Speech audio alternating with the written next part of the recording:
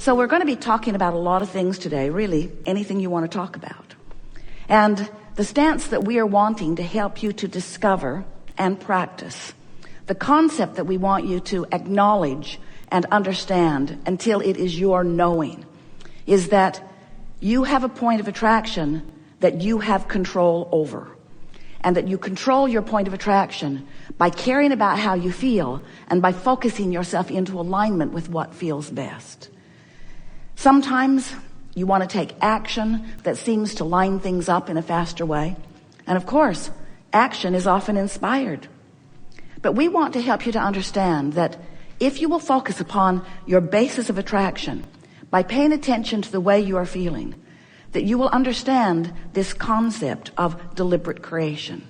And you will then be that deliberate creative genius who you intended to be as you came forth into this physical body and this magnificently balanced time-space reality. You said, I'll go forth and I'll sift and sort and I'll come to my own conclusions. And when I come to a decision about what I think would be better, I will give that my undivided attention. I will no longer justify why I want that by pointing out how bad that is. And as I practice the thought of what I want, it will become such a vibrational habit for me. That's all a belief is. A belief is just a vibrational habit. It's a thought you keep thinking. It will become such a vibrational habit for me that as I emanate that vibrational signal, law of attraction will bring things to me that match that. And of course, that makes sense, doesn't it? You sort of get it. You've been mixing it up. You get that what you think about comes to you. It shows up fast enough that it's not a big mystery anymore. You don't call yourself lucky or cursed anymore. You say, When something wonderful would happen to Esther, she would say, I did that. And when something not so wonderful would happen, she would say, I did that too. Don't tell anyone. But once you get the hang of this, once you begin to make the association between what you're thinking and how you're feeling and what's coming back to you, then you begin to get your sea legs. Then you begin to be a deliberate creator, a conscious, deliberate creator. What's your attention on? How you feel. Not the thought that caused the feeling, how you feel. Because if you're focused on how you feel, then you're tending to your grid. If you're tending to your grid, the details will fill in, and when they do, you can focus on them. Ooh. Finally, we've got creation turned around in the way that it always has meant to be by the laws of the universe, yes? The thought causes the feeling, but when you focus on the feeling, then the thought comes. That's what attraction is. There's no assertion. It's all attraction. It's about preparing yourself vibrationally. It's like, I'm going to ready myself for the manifestations I seek. That's what the best description of deliberate creation is. I'm going to vibrationally ready myself for the filling in of the grid.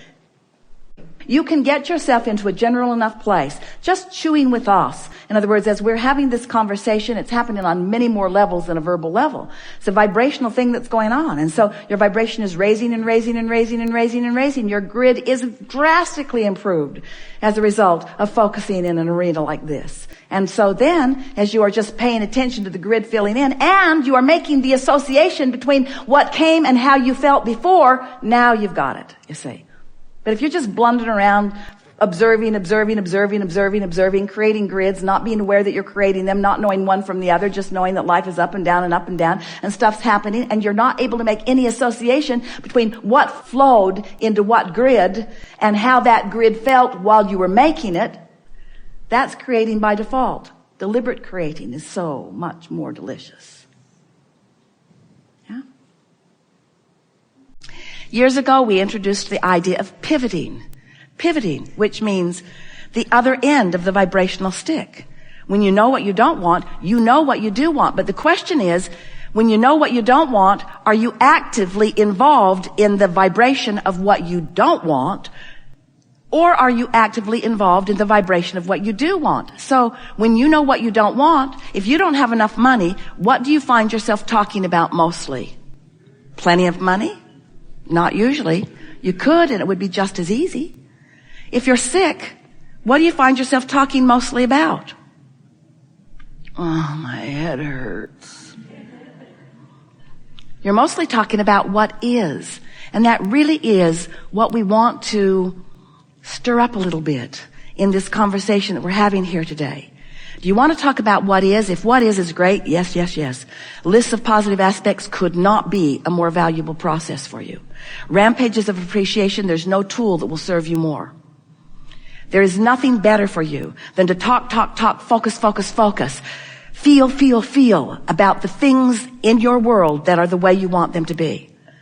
But those things that you identify as not the way you want them to be right now, you want to get off of them. Jerry used to tell a story, and Esther loved it because it was so explicit and made so much sense. She could see it right away. And when she held it in her consciousness, it served her. He said, sit in front of a fireplace. He lived in Arkansas at the time that he discovered this analogy. And there's a chinkapin log on the fire. Esther had never known what one of those was. She's still not sure she's ever seen one, but apparently when they are on fire, they pop a lot. So they are shooting sparks off at whoever is nearby. And he said, so you're sitting there with your beautiful new cashmere sweater, and a spark comes right to you, and he says, if you in that moment just flick it off, nothing happens to your beautiful sweater. But if you're distracted and don't notice, and you allow it to linger, then there is a bigger impact on your sweater. And his analogy is, when the thought first comes, and it's small and insignificant, and you flick it off by choosing another thought, it's simple. But if you allow it to smolder, if you allow it to grow, if you engage in conversations with others about it, if you write it in your diary, if you blog about it, if you write home about it, if you call that friend who always wants to know what's going on, and you tell them what's going on. In other words, are you ready to let go of more of what is on your way to where you're going? When you're driving down the highway, and it's a beautiful day out there, and you have this magnificent windshield, you just washed it, the day is bright, you're looking out ahead, or do you have your windshield installed in your floorboards? Or do you spend all of your time looking in your rearview mirror? The analogy is silly in that regard because you know what would happen if you were just looking down at the road while you were going. If you were just looking at what is, you wouldn't get very far down the road. If you're looking in your rearview mirror, you wouldn't get very far down the road either, would you?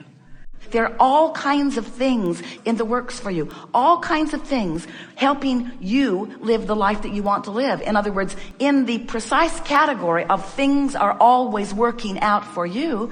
But how do you think that is? Lots of times it's an inspiration of somebody next door to make the phone call. Lots of times it's something that is just coming. In other words, your vortex is full of everything that you want. And your grid, which we're going to talk a lot about here today, is your point of attraction. And as things are flowing from your vortex into your grid, there is a momentum. That's what inspiration is. That's the details filling in.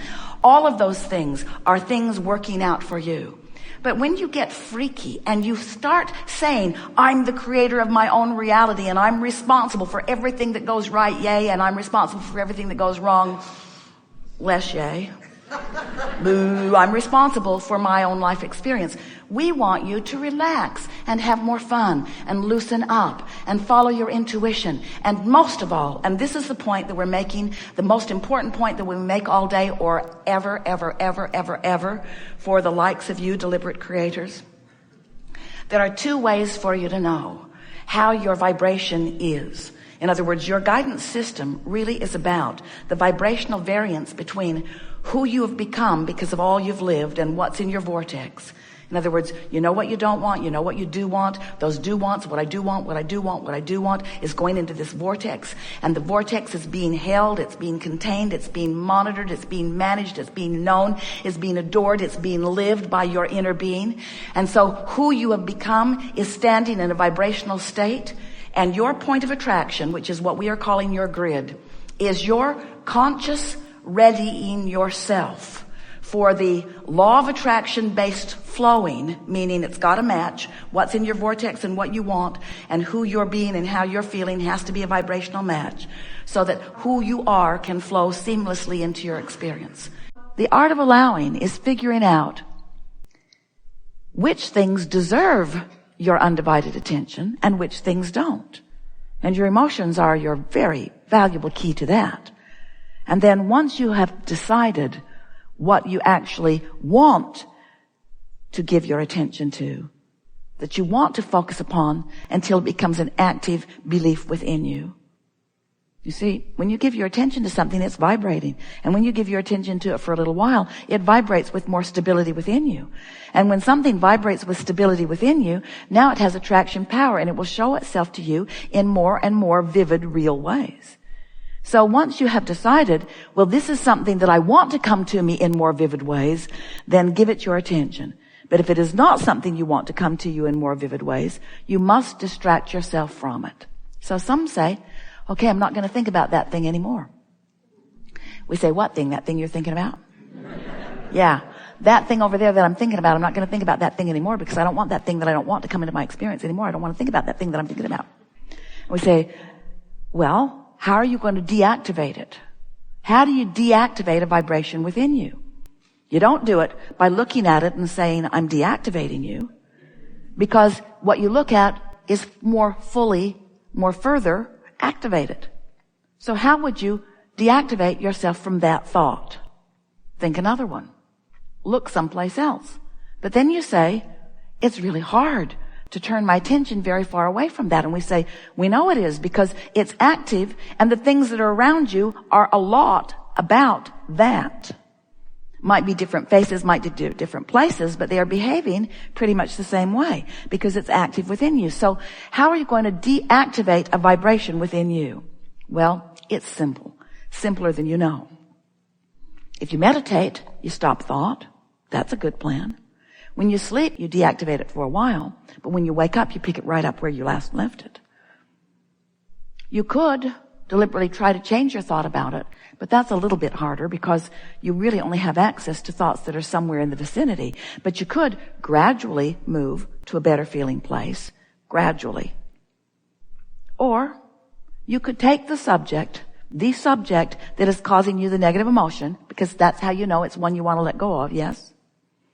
You could take the subject that you are feeling negative emotion about, and you could become vague about it. General about it. You know how your kids do when they don't want you to know what's up? Aren't you just amazed at how vague they can be? I don't really know. I haven't actually thought about that. I don't remember. Yes, you do. I know you remember. I know you remember, you say to them, because you've been extracting specifics from them for a while. But we're wanting you to let them off the hook. We're wanting you to let yourself off the hook. We're wanting you, if you're feeling negative emotion, to teach yourself the art of vagueness. I don't really know. I haven't really thought about that. I don't really have time to think about that right now. I don't need to think about this right now. It'll be all right. Don't worry about it, Mom. Don't worry about it. It'll be all right. We want you to adore your vortex and to know what it represents, and we want you to understand your grid and line up with it. But we want you to joyously explore. And when you get this, in other words, if you believe that it is a really scary world out there, and that in your house with the big V on the door, this vortex house, that is safe in there. And so you just stay in that safe house where only nice things are ever said. And you never explore. Oh, isn't that a sad picture? Don't you want to get out there? But you say no, because it's dangerous out there. I'd rather be safe in here than out there when there's danger. And we say, but what if? What if you could go out there and you could have a vibrational frequency around you where you attract the best of everything that's out there wherever you are? And you say, yeah, I choose that option. And we say, then you got to practice yourself into that. But there's just one thing you got to know. You're not always going to be there, because the exploration automatically means that you're going to be in some situation.